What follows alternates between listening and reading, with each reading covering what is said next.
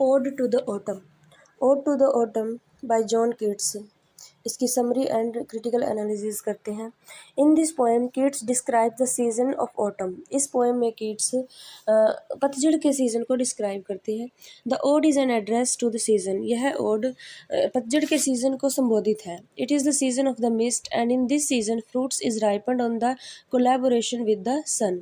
और यह जो सीज़न है यह धुंध का, कोहरे का सीज़न है, और इस सीज़न में फ्रूट्स जो वो पक गए हैं सूर्य के सहयोग से। Autumn loads the vines with grapes. पतझड़ ने बेलों के ऊपर ग्रेप्स को लाद दिया है। There are apple trees, the season fills the apple with juice. वहाँ पे एप्पल के ट्रीज हैं, काई का कुछ कुटिया है वहाँ पे, उसके पास एप्पल के ट्रीज हैं। The season fills the apples with juice. और सीजन ने, पतझड़ के सीजन ने एप्पल्स को जूस से भर दिया है, रस से। The hazel shells also grow plumb. जो नट्स होते हैं, अखरोट जो होते हैं, वो भी पक गए हैं। दीज आर मेलोड, और ये मीठे हो गए हैं। The sun and the autumn help the flowers of the summer to continue. Sun ने और पतझड़ ने, सूरज और पतझड़ ने गर्मियों के जो फूल हैं उनको अभी भी खिला रखा है, अभी भी वो खिले हुए हैं। The bees are humming on the flowers. और जो मधुमक्खियां हैं वो फूलों के इर्द गिर्द मंडरा रही है। They collect honey from them. और वो उनमें से हनी कलेक्ट कर रही हैं। The bee hives are filled with honey. जो छत्ते हैं मधुमक्खियों के वे शहद से भरे हुए हैं। The clammy cells are overflowing with sweet Honey.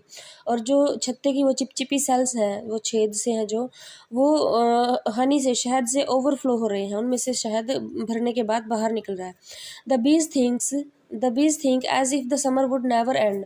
बीज सोचती हैं कि जैसे समर, गर्मियों का जो सीजन है वो कभी ख़त्म नहीं होगा। And warm days would continue for a long time. और गर्म दिन जो है ये लंबे समय तक चलते रहेंगे। Autumn has been personified and compare to women farmer sitting carefree on the granary floor. Autumn को का मानवीकरण किया गया है और इसको एक औरत के साथ, फार्मर वुमेन के साथ कंपेयर किया गया है, जो अपने अनाज के ढेर पर, यानी कि जो फसल काटी है उन्हें, वो अनाज है वहाँ पे बैठी हुई है।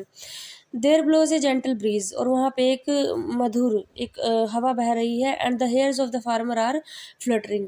और किसान के जो हेयर हैं वो बाल हैं जो वो लहलहा रहे हैं। Again autumn as a reaper. Again autumn is a reaper. Autumn जो है वो एक फसल काटने वाला किसान है। It feels drowsy and sleeps on the half reaped corn. इसको जैसे नींद सी आई हुई है, और ये हाफ रीप्ड क्रोन, आधे कटे हुए जो फसल है उसके ऊपर सो रहा है। The poppy flowers have made her drowsy. जो पोपी फ्लावर्स हैं, अफीम के जो फ्लावर है, उनकी वजह से उसको नींद सी आई हुई है। The autumn holds A sickle in its hand. Autumn के हाथ में एक सिकल है, दरांती जिसको हम बोलते हैं। Lastly autumn is seen as a worker carrying a burden of corn on its head. और लास्ट में ऑटम को हम एक वर्कर के रूप में, एक मजदूर के रूप में देखते हैं, जिसके ऊपर एक फसल का या कॉर्न का, मकई का एक गठरी है जिसके सिर के ऊपर। The worker balances his body while crossing a stream. वो वर्कर जो है जिसके सिर पे वो गठरी है, वो अपने शरीर को बैलेंस करता है एक नदी को पार करते हुए। With a bundle on his head. और उसके सिर पर एक बंडल है, गठरी है। The songs and joys of spring are not found in autumn season. खुशी के और बसंत ऋतु के जो सॉन्ग्स हैं वो ऑटम सीजन में नहीं पाए जाते।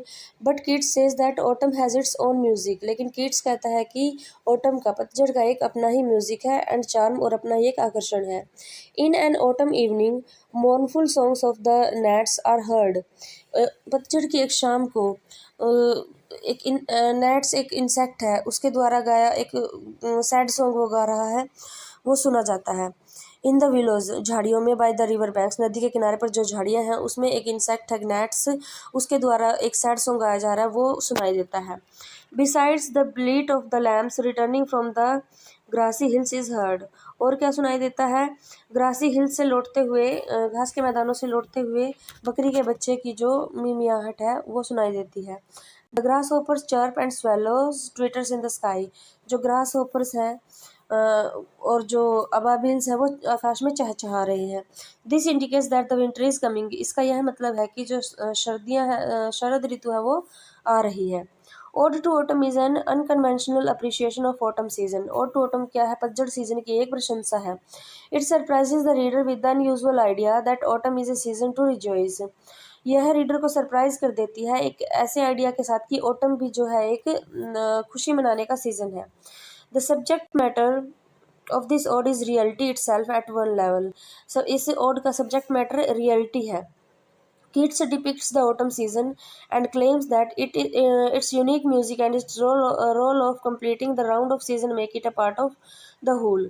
कीट्स इसको ऑटम को डिपिक्ट करता है और यह मानता है कि ये जो मौसम है इसका अपना ही एक म्यूजिक है और इसने जो सारे सीजन्स का एक राउंड लगा लिया है, यह अपने आप में एक पूर्णता है उसकी। All the autumn will be followed by the cold and barren winter. यद्यपि जो ऑटम है उसके बाद अब कोल्ड और बैरन विंटर आएगी। Winter itself will in turn give way to fresh spring. और विंटर के बाद फिर एक फ्रेश स्प्रिंग बसंत ऋतु आएगी।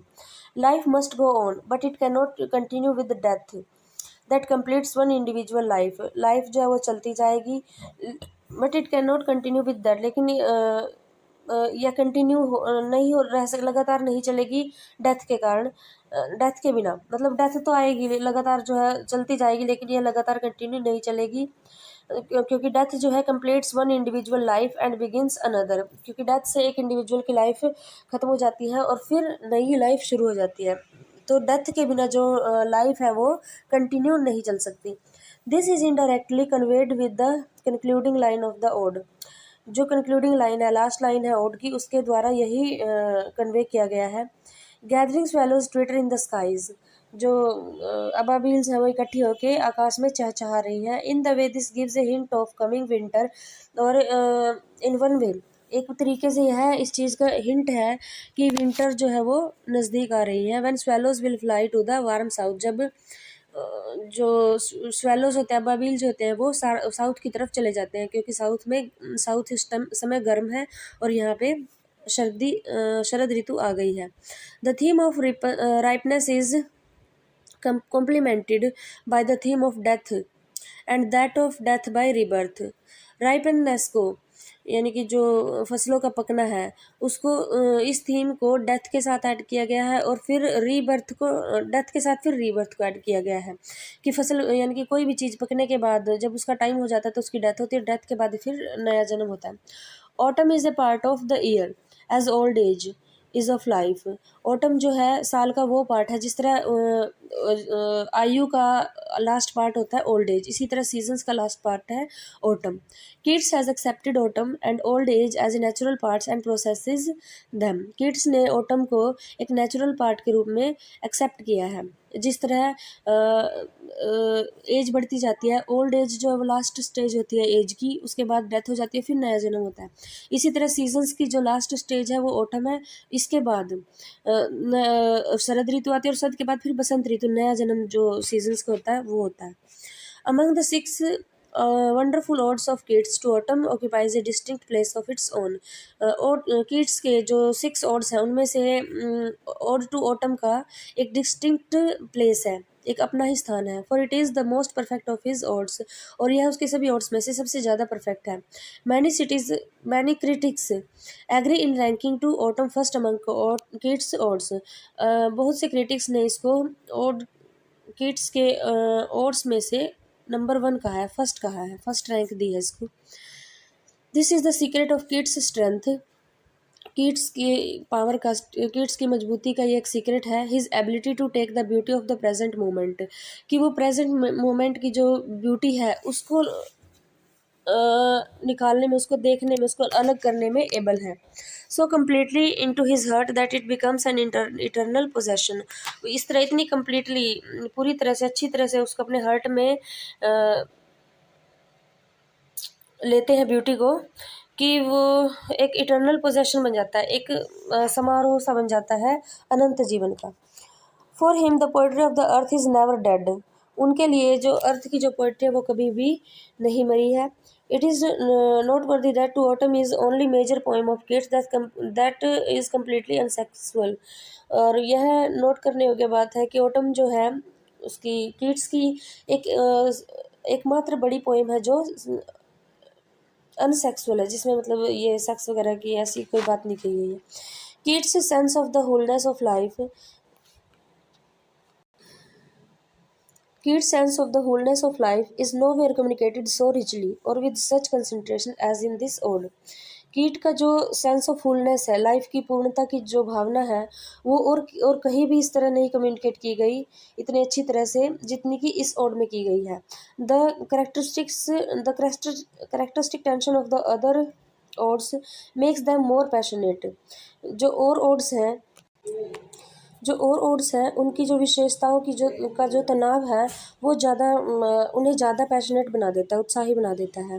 Perhaps but leaves them with a sense of strain. लेकिन वहाँ पे एक तनाव की, एक खिंचाव की भावना रह जाती है. Here all is relaxed and calm. यहाँ पे सब कुछ रिलैक्सड है और काम है और लाइफ एक्सेप्टिंग है.